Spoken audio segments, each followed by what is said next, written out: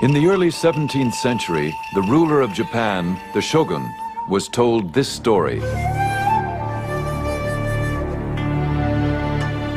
One day, the king of the Portuguese said to his council,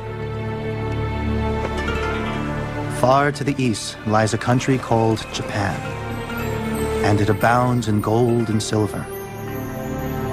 Why should not that land be added to my domains? The best way to make ourselves masters of the land is by means of our religion, and then send in the army." The shogun, Tokugawa Ieyasu, and his legions of samurai warriors were undaunted by stories of foreign invaders. He was a strong leader and had brought peace to the war-torn nation.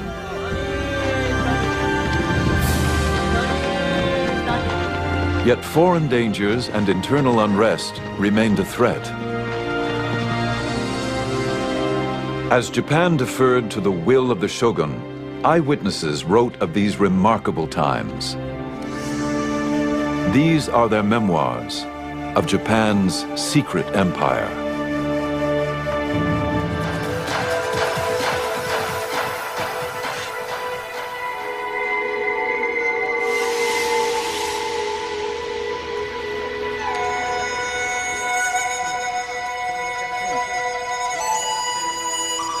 After we'd been in Japan 5 or 6 days, came a Portugal Jesuit who reported that we were pirates. We looked always that we should be set upon crosses, which is the execution of this land. I looked every day to die. Rescued from the sea and imprisoned, William Adams, the first Englishman in Japan, had good reason for concern. It was the year 1600, and Portuguese Catholics had long held a monopoly on trade in Japan. At the time William Adams arrived, there had been religious wars in Europe, and the Catholic missionaries were not at all happy when they heard that an Englishman and an English Protestant had been washed up in Japan. The most powerful warlord in Japan, Tokugawa Ieyasu, commanded Adams to his castle. Rather than ordering his execution, he wanted to know more about this stranger.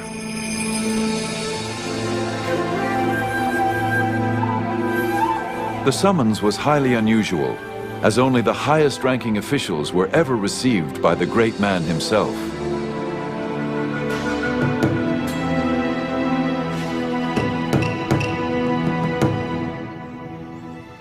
The ruler demanded of me of what land I was, and what moved us to come to his land, being so far off.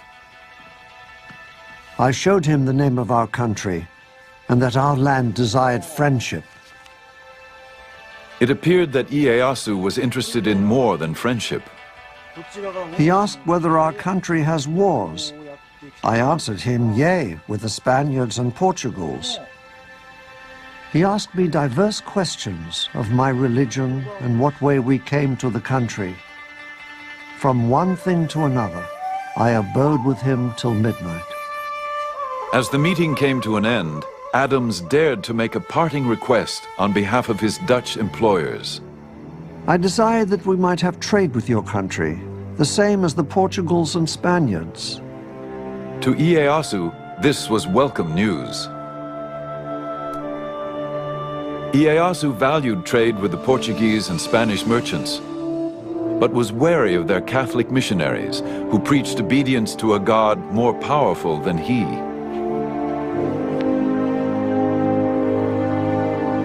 To avoid those he considered a threat to his own authority, Ieyasu wanted his own fleet of trading ships. Adams had the skills he needed.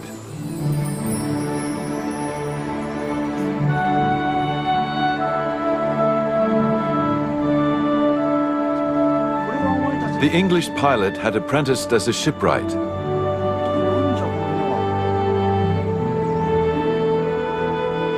Ieyasu asked him to build 2 ships capable of navigating the open seas.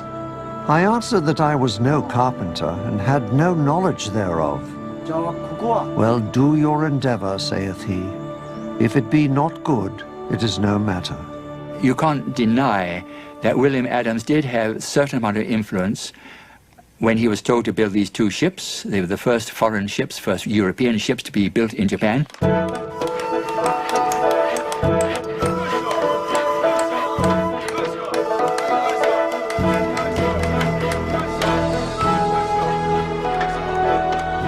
They were built with Japanese workers, of course, under his supervision.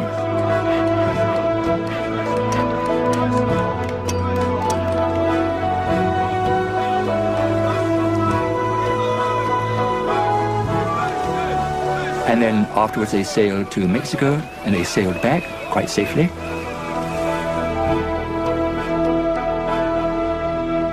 Ieyasu now had the leverage he desired. When the Catholic missionaries continued to gain converts and create problems, he expelled them. Life was complicated enough without these pesky foreigners interfering. And so that probably was the reason why he did not want Christians in Japan. Ieyasu replaced his Catholic interpreter with William Adams, who had been quick to learn Japanese. He was a Protestant, of course. Ieyasu knew that he had no interest in helping the missionaries, and so he was rather a valuable man to have around. Ieyasu still wanted to trade with the West, but on his own terms. Adams convinced Ieyasu that the Protestants did not want to convert his people. Ieyasu soon made him his commercial agent, and Adams negotiated especially favorable terms for the growing Dutch East India Company. The Hollanders be now settled, and I have got them trading privileges as the Spaniards and Portugals could never get in their 50 years in Japan.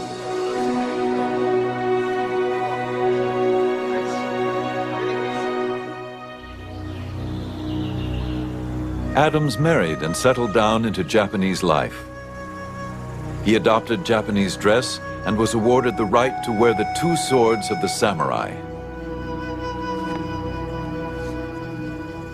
And he was given an estate with about 70 or 80 servants, which is pretty good, far better than his standard of living in England would have been, of course.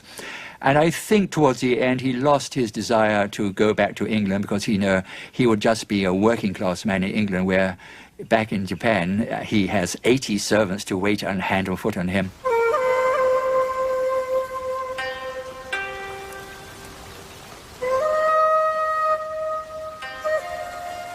It was possible that Adams visited Ieyasu at his tea house for intimate conversation away from the politics of the court. The tea ceremony was much admired by a Western observer. The guests open the gate, walk along the path through the wood up to the tea house, quietly contemplating everything they see. They remove their fans and daggers and deposit them in a kind of cupboard placed there outside for that purpose. If Adams and Ieyasu had private political discussions, the tea house was also a retreat where they could replenish their souls. This gathering for tea and conversation is not intended for lengthy talk, but rather to contemplate within their souls, with all peace and modesty, the things that they see there, and thus, through their own efforts, to understand the mysteries locked therein.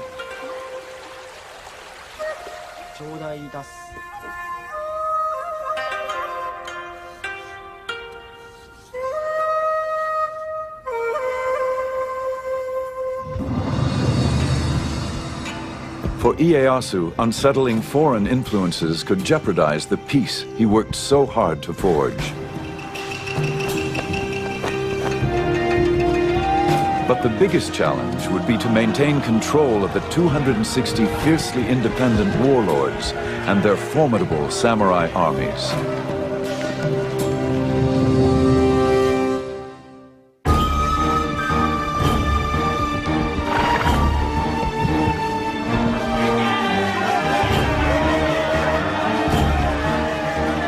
Tokugawa Ieyasu became shogun in 1603 and united Japan after generations of civil war. All of the great lords had been fighting for a century. They were tired of fighting. They wanted to secure their own positions.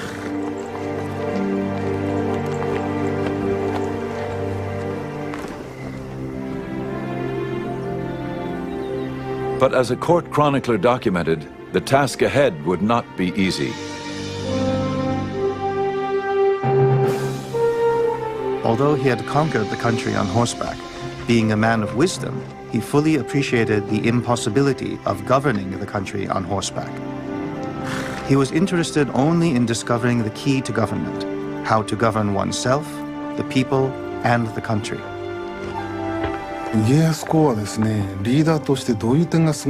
What made Ieyasu superior as a leader was that he surrounded himself with capable people who believed in him. There's a story about a low-ranking samurai who asked to meet with him. Ieyasu listened attentively. After the man left, a higher-ranking lord said to Ieyasu, "What a waste of your time." Ieyasu replied, "It took great courage for that man to approach me. If I didn't listen, he would never come again." Peace would not be secured by leadership alone. Ieyasu had to curb the power of the daimyo, the feudal lords. These lords are building enormous territorial, centralized domains. What the feudal lords are trying to do is essentially control everything and everybody within their territories. They control all the fighting men, they control all the peasants, they control all the resources. Ieyasu allowed the daimyo to rule their own domains, but he prohibited them from doing anything that might enhance their power or status relative to each other.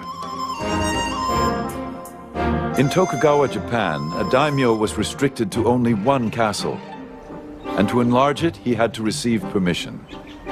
A new ship? Ask the shogun. Arrange a new alliance through marriage, only if the shogun approved. Ieyasu would maintain the peace through this ordered control, and it extended through all levels of society. The Japan that Ieyasu fashioned was built on the ancient teachings of Confucianism. Obey the traditions of hierarchy and respect authority. A Japan in keeping with the samurai traditions. It was a rigid society with lots of rules and regulations. Everybody must know their place in society and stick to it. That was the theory. It didn't always work out in practice, of course, but that at least was the theory. All samurai were members of the elite class, whether he be a daimyo warlord or a lowly foot soldier. Next in line were the farmers, then the artisans. At the very bottom were the tradesmen, considered the parasites of society. The Tokugawa shogunate would issue many rules to control and maintain the rigid class structure, from what you could eat to what you must wear. Lords and vassals, superiors and inferiors, must observe what is proper within their position in life. Without authorization, no retainer may wear fine white damask, white wadded silk garments, purple silk kimonos, purple silk linings, and kimono sleeves which bear no family crest. The rules and regulations kept everyone in their place, but for the daimyo at least, there were still ways to earn special privileges.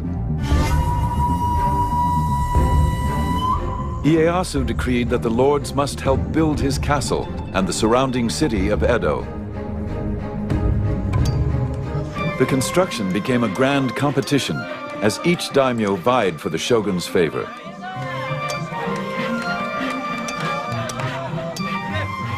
Soon they transformed the small castle and backwater village of Edo into a magnificent domain.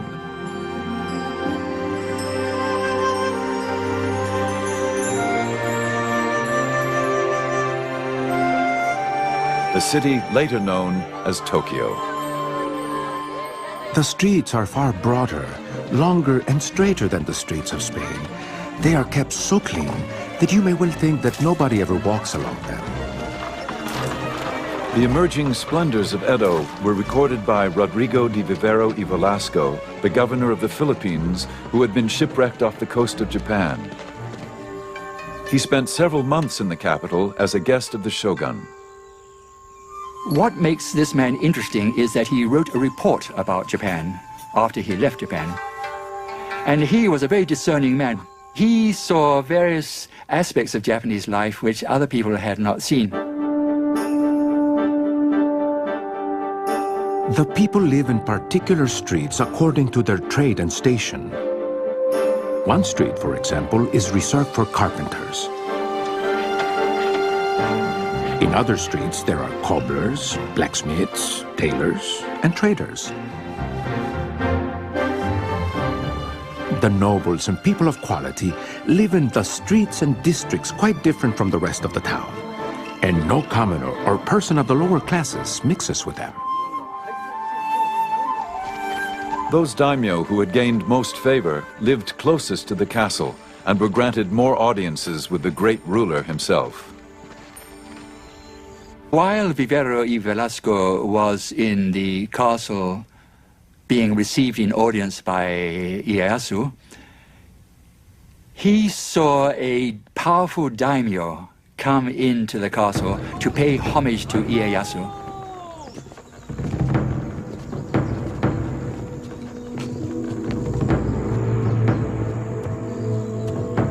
There entered one of the greatest nobles of Japan, whose rank was evident from the gifts he brought. Bars of silver and gold, silk robes. All this was first placed on some tables, but I do not believe the ruler even looked at it. 100 paces from the throne, the daimyo prostrated himself, bowing his head so low that it looked as if he wanted to kiss the ground. Nobody said a word to him, nor did he raise his eyes towards the ruler. And then finally somebody clapped, end of audience. Not a word had been said, end of audience, and he goes out backwards on his knees. And Rodrigo Velasco was very much impressed by what he had seen, because he realized the power Ieyasu had. Here was a powerful daimyo who had power of life and death in his own region. But when he comes to pay tribute to the shogun, what a lowly position he adopts. The great ruler had realized his vision. All of Japan was under his control. At 72, he was still remarkably vigorous. Then, on one of his regular hawking expeditions, he fell seriously ill.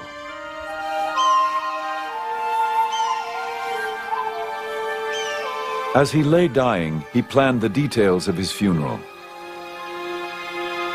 It would be a simple ceremony. His ashes taken to the top of a mountain overlooking the land where he so often went with his hawks. Here, he felt, his spirit could soar over his beloved land, holding the realm together. Ieyasu had carefully forged his well-ordered society. He would not leave the future of Japan to whim. He called his family to his side. He told his children and grandchildren who were gathered around, "Because you are my descendants, you will become shogun. As shogun, it is important that you rule the country for the benefit of the people, or you will be punished by heaven. As shogun, you must govern for the good of the country. This world does not belong to the Tokugawas, and cannot be ruled just to satisfy your whims."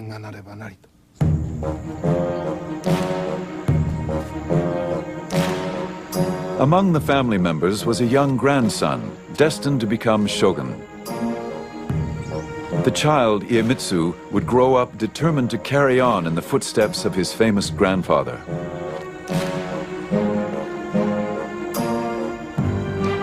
Iemitsu, the third shogun, would keep Japan under Tokugawa rule, using any means necessary.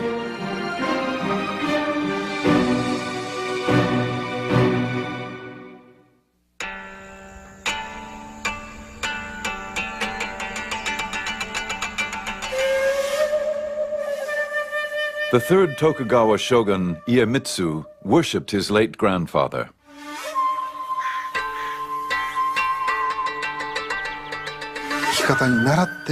He had numerous mystical experiences that whenever he got sick, Ieyasu would appear in his dream, and he would wake up feeling better the next morning.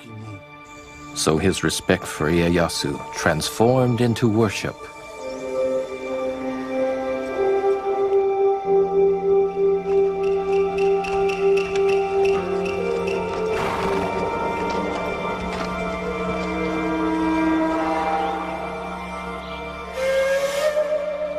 Iemitsu always carried a charm containing a piece of paper saying, "To live according to the way his grandfather would have lived."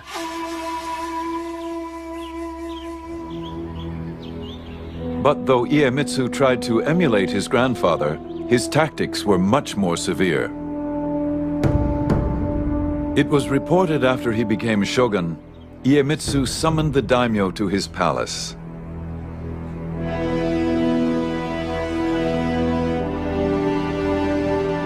The lords waited all day in the cold without food or shelter. They began to fear for their lives.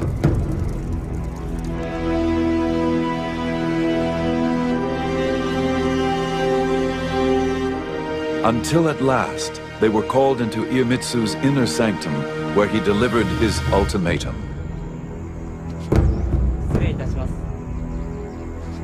I have been in the position of a superior and a master from my birth. I shall henceforth treat all daimyo as my subjects. Those of you who may disobey me may quickly return to your provinces, repair your castles, and prepare for arms. I shall act accordingly. Iemitsu is a fascinating shogun. He's the first shogun who doesn't lead troops in battle. He had not proved himself on the battlefield. He did not have his own men who came with him into office when he became shogun. Iemitsu inherited a nation at peace.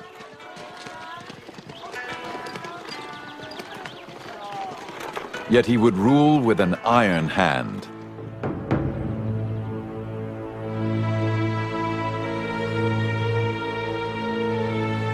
He listened to few and spared no one.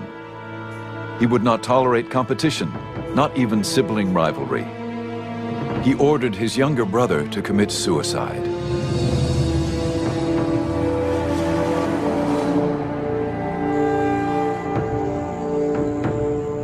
The Tokugawa shogunate under his rule acts much more capriciously towards lords that disobey their orders or flout any of the rules and regulations which bound them. A European merchant who once tutored Iemitsu observed the shogun's court. No one dares to attempt any opposition to the will of the shogun. Whatever injustice the shogun may commit, or into whatever extravagance of excesses he may plunge, they praise or approve of all. But ruling by fear alone could also breed revolt. Iemitsu had to keep the daimyo lords' allegiance, all 260 of them.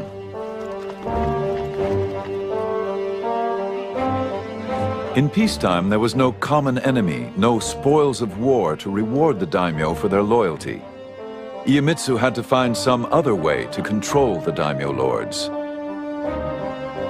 They were commanded to appear at Iemitsu's court in Edo.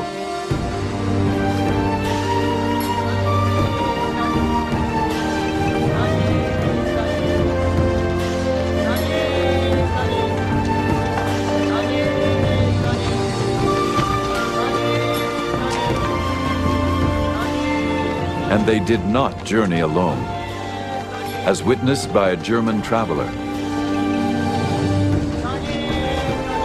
The bodyguards and bearers put on a swaggering gait when they pass.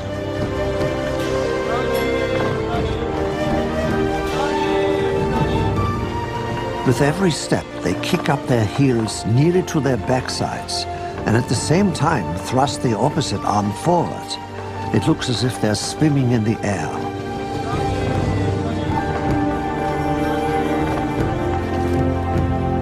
These elaborate processions often numbered in the thousands. They were part of a system known as alternate attendance.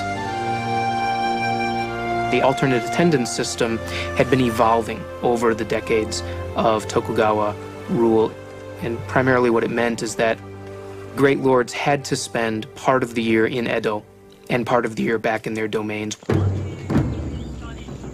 They had to travel back and forth according to strictly set schedules, while their wives and children had to spend all their time in Edo.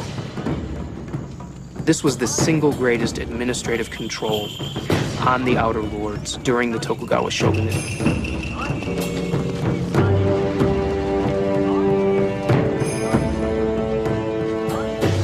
Alternate attendance had another advantage for the shogun.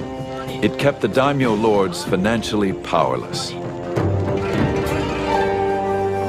It was reported that a daimyo could spend more than 3/4 of his income maintaining the processions and supporting his army of samurai once they reached Edo. What this also does, by the way, is cause Edo to explode in size. And in fact, there grows up in Edo a class of samurai who only know Edo, even though their domain may be in the farthest reach of Japan. They're born in Edo, they work in Edo, and they only know Edo. For the samurai warrior, life in peacetime Edo was the catalyst that changed the very nature of their existence. Prohibited from bringing their wives and families, the samurai lived a bachelor's life. They were paid a small stipend to perform their official duties, such as they were.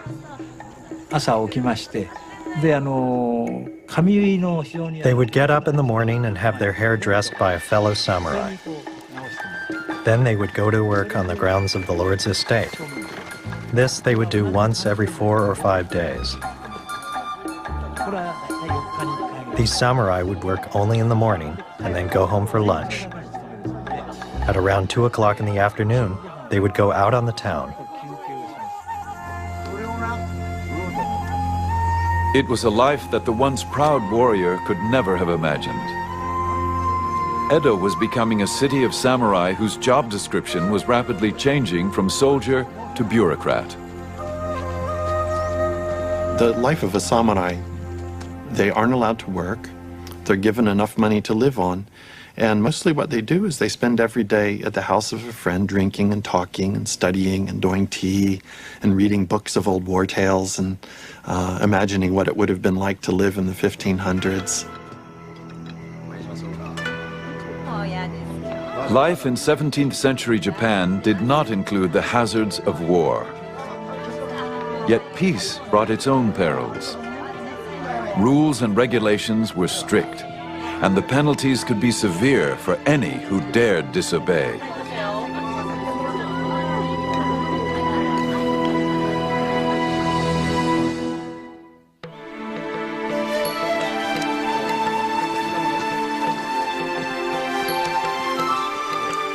Fluttering our papers, the spring winds blow, when through the open barriers, how gratefully we go.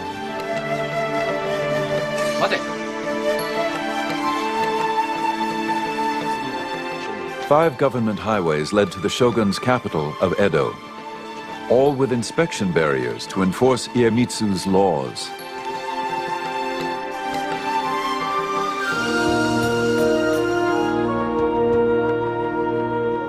The shogun had improved the roads so his messengers could quickly reach any part of Japan.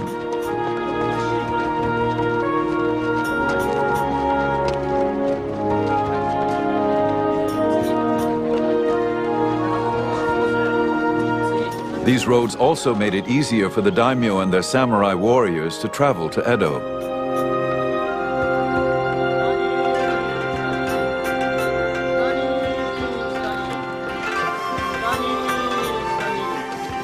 But for most Japanese, travel was an arduous process.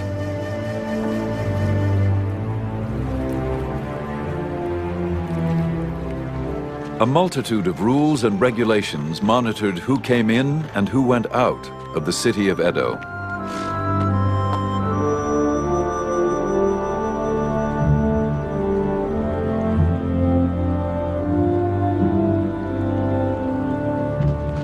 Almost everyone needed a passport. The few exceptions included itinerant performers who proved their identity by showing off their talent, or sumo wrestlers whose girth was ample proof of their profession.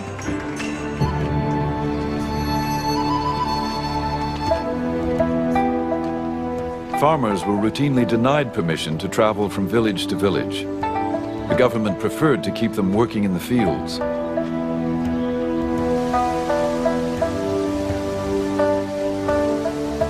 Those without the proper papers often tried to avoid the inspection posts by slipping by on side roads.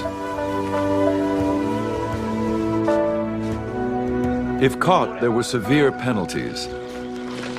A traditional Japanese-style punishment meant crucifixion for a man, for a woman, enslavement or enforced servitude.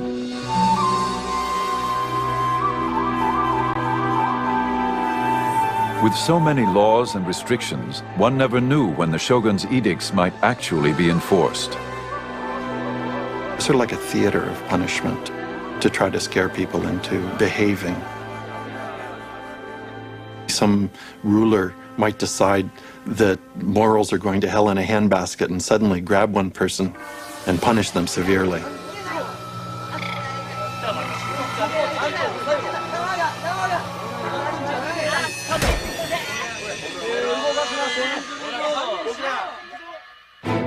Despite the uncertainty, against all odds, travel grew in popularity.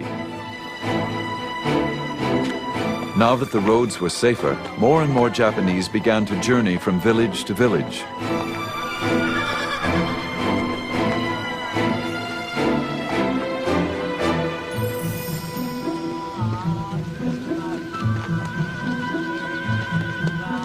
The most traveled road was the Tokaido, which ran for 300 miles from Kyoto to Edo. 53 rest stops dotted the highway. And so these post towns along the 5 great roads of Japan grew up to be very substantial towns themselves. They had inns, they had brothels, they had restaurants, they had places that sold medicine. There essentially grew up a post-town culture. People in the Tokugawa period, they were driven by a curiosity. People were beginning to think about Japan as a nation.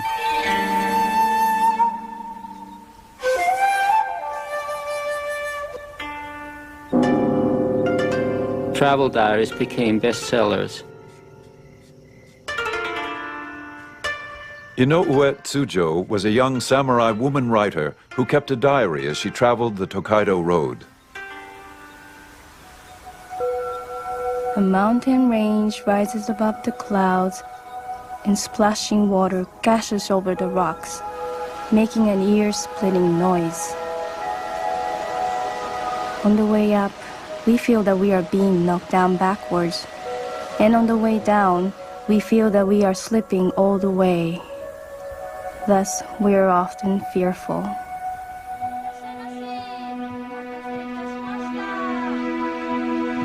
Inns along the way offered welcome respite to travelers like Tsujo. She was on her way to Edo to serve in the residence of a high-ranking samurai. Although Tsujo traveled on official business, accompanied by her brother, she still encountered disturbing difficulties. All travelers faced strict regulations, but women had an especially hard time. It was very difficult for women to travel in the 17th century. Firstly, because they had to get the permission of the household, who usually thought they would be better cleaning and cooking. And women's travel permits were much more elaborate. Many checkpoints wouldn't permit women to pass because women had to have a thorough inspection, they were body searched, and many checkpoints didn't have female officers to conduct that body search.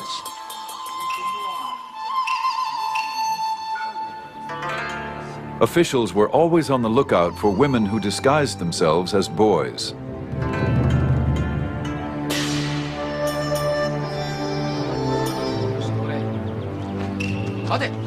When Suzhou arrived at the barrier station, she was ordered to appear before an older woman guard.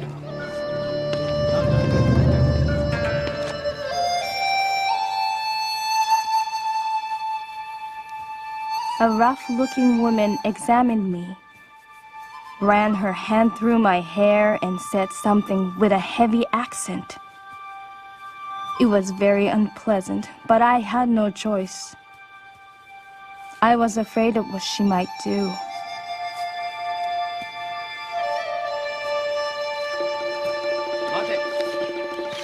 At another post, she experienced difficulties due to the wording of her permit. When I presented my official document at the barrier, they refused my passage. Because in the permit, I was only identified as a woman, rather than a young woman with long open sleeves.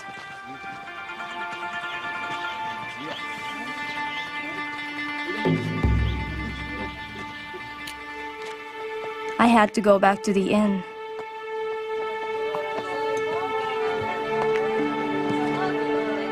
I was heartbroken. Suzhou worried if she would be allowed to continue her journey.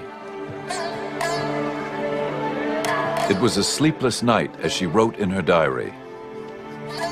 My tears darkened the light of a candle. How restless I feel. Everything is depressing beyond description.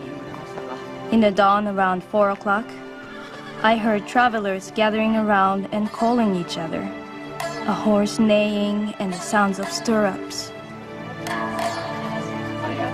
I feel envious. I have spent days and nights brooding over the obstacles facing women.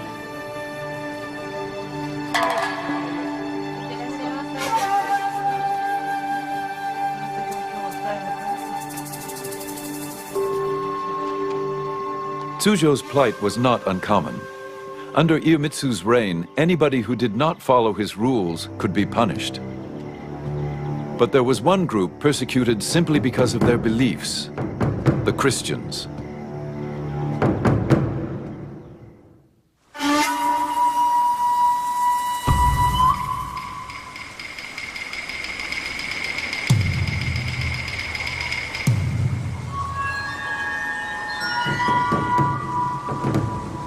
The shogun Iemitsu offered rewards for the arrest of any Japanese who preached or practiced the Christian faith. Any informer revealing the whereabouts of the followers of priests must be rewarded accordingly. If anyone reveals the whereabouts of a high-ranking priest, he must be given 100 pieces of silver.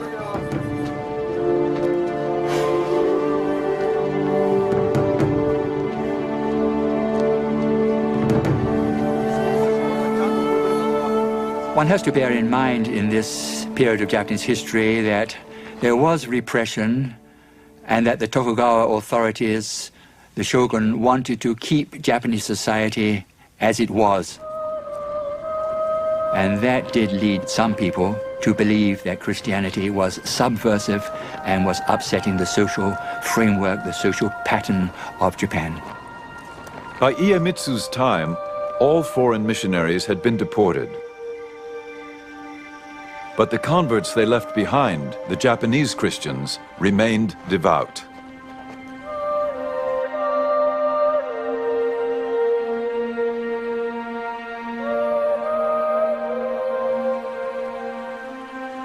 For many of the Japanese Christians, the faith ran very, very deep indeed, especially in those areas where Christianity had really set down roots for 3 or 4 generations. The shogun is a great enemy to the name of Christians.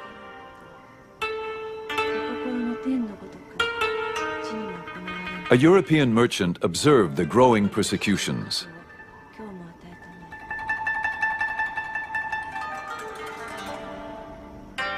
I saw 55 martyred because they would not forsake their Christian faith. And amongst them there were little children of 5 or 6 years old burned in their mother's arms, crying out, "Jesus, receive their souls."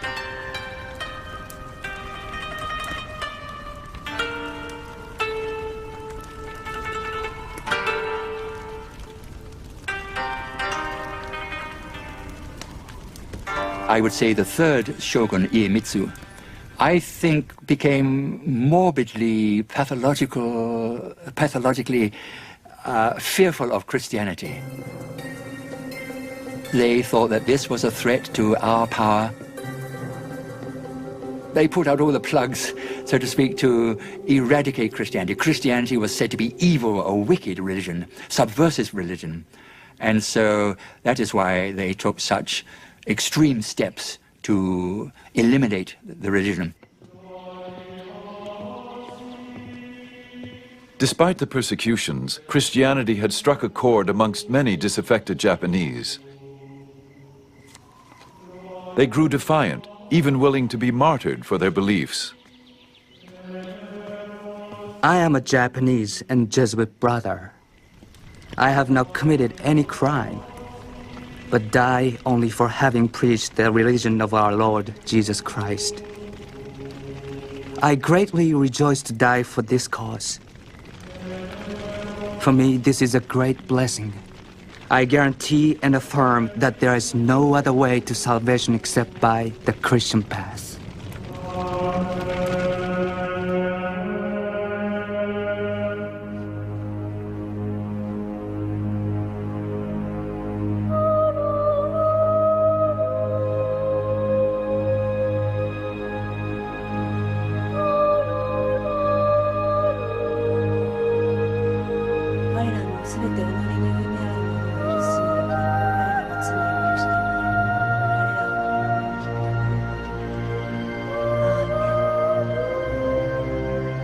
Iemitsu was increasingly disturbed by the Christian situation, especially in the south, where a large number lived.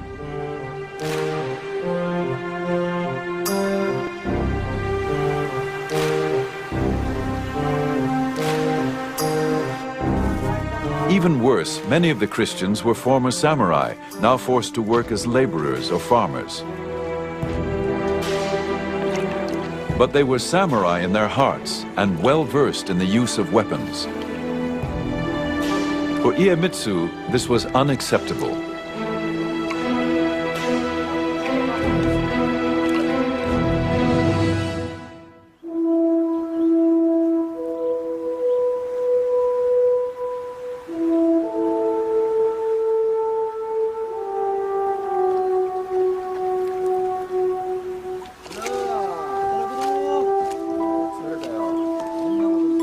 The shogun's iron hand extended to every detail of a peasant's life.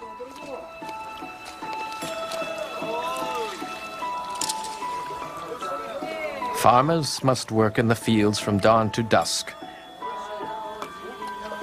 Wives and daughters must make meals 3 times a day, put on red headbands, and take the meals to the fields.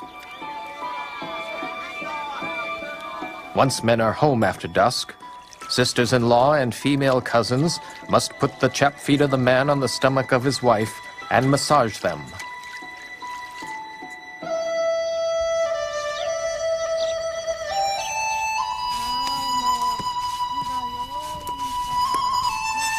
If the shogun's intolerable edicts weren't bad enough, the farmers were also heavily taxed.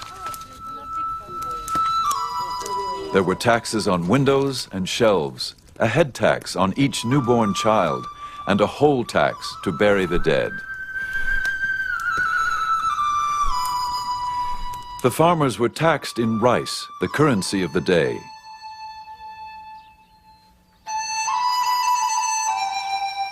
Ironically, farmers were not allowed to eat the rice they grew.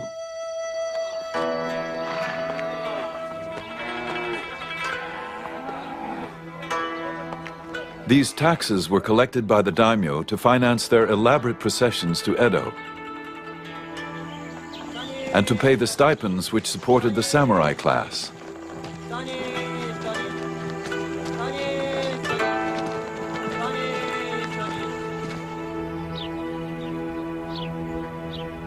The farmers were in dire straits, as a Japanese writer lamented. Year by year, the farmers grew more exhausted. How could they sustain life itself under those circumstances?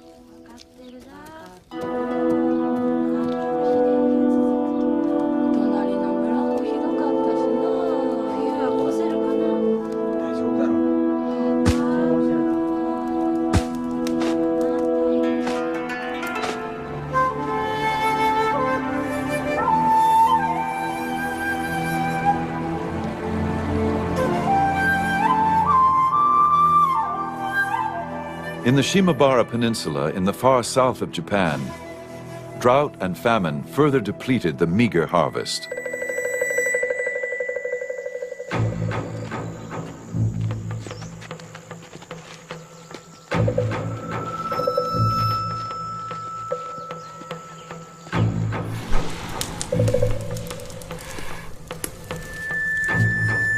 Those who could not pay the taxes were punished severely. In mid-December 1637, a single event ignited the long smoldering fuse.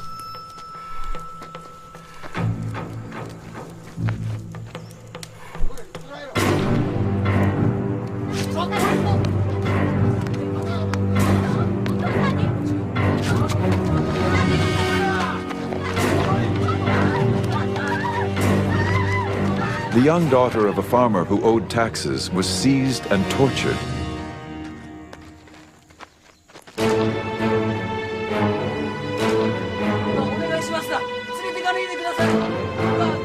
Furious with grief, the father and his friends killed the local governor, and the whole village, samurai, peasants, and Christians, rose in revolt. Soon the whole area was in the hands of the rebels, nearly 40,000. So what began as a social upheaval, a social revolt against the tremendously harsh taxation against the peasants, leaving the peasants almost starving, what began as that somehow developed into a Christian rebellion. A European merchant reported on the rebellion. A few days after the outbreak, the Christians joined the farmers. They cry out throughout the whole country that the time had now come to revenge the innocent blood of so many Christians and priests, and that they are prepared to die for their faith. The rebels swarmed into an abandoned castle surrounded on three sides by the sea. Feeling protected, they brought in their wives and children and barricaded themselves inside.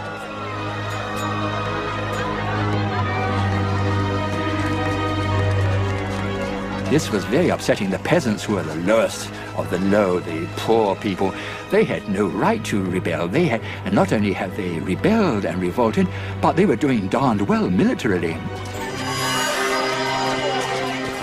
And so no wonder the shogun was worried about this, because this might set an example to other parts of the country that had become unsatisfied with the crushing taxes which the peasants were paying.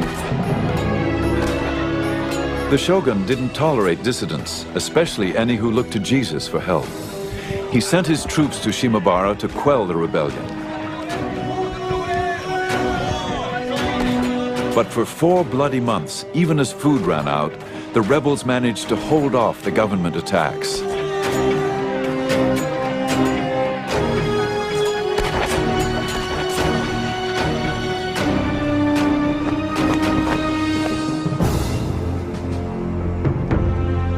The shogun was so incensed at the continuing rebellion that he asked the Dutch to send a ship with cannons against the besieged castle.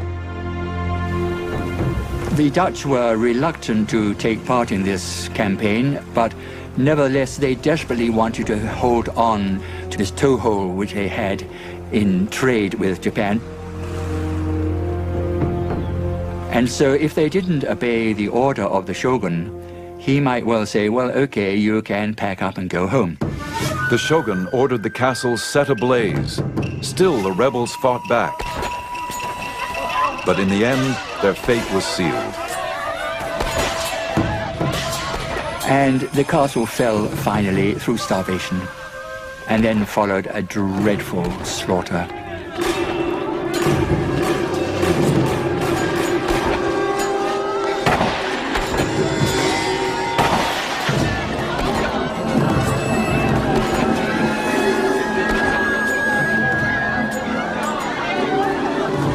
And that was the last battle, really, in Japanese history.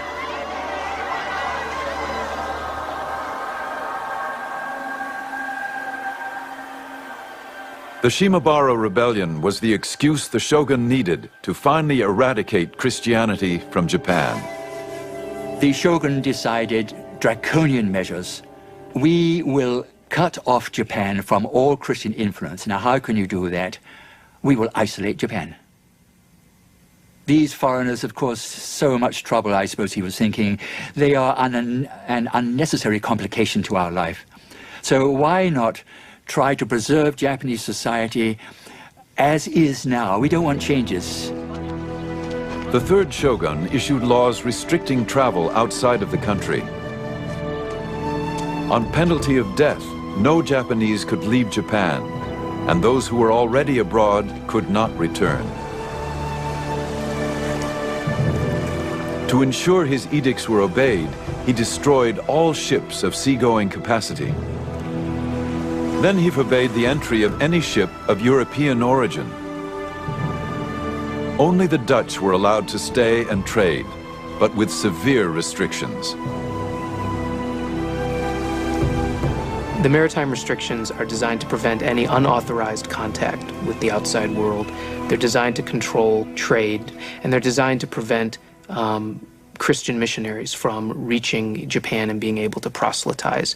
And they form the bedrock of Tokugawa foreign policy for the life of the shogunate, which is sometimes called the beginning of the isolation of Japan.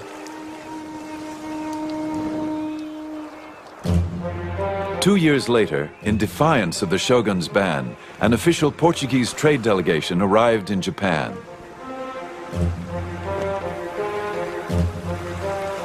The shogun showed no mercy and ordered the execution of 57 of those aboard, ambassadors and their crew. He ordered the ship burned. The few survivors were sent back with this warning: a similar penalty will be suffered by all who come to these shores from Portugal, whether they be ambassadors or sailors, whether they come by error or driven by storm. Even more, if the King of Portugal or even the God of the Christians were to come, they would all pay the very same penalty.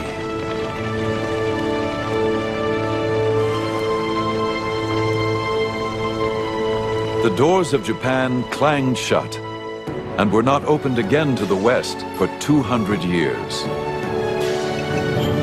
The will of the shogun had prevailed. But many wondered how this isolated empire would survive in a rapidly changing world.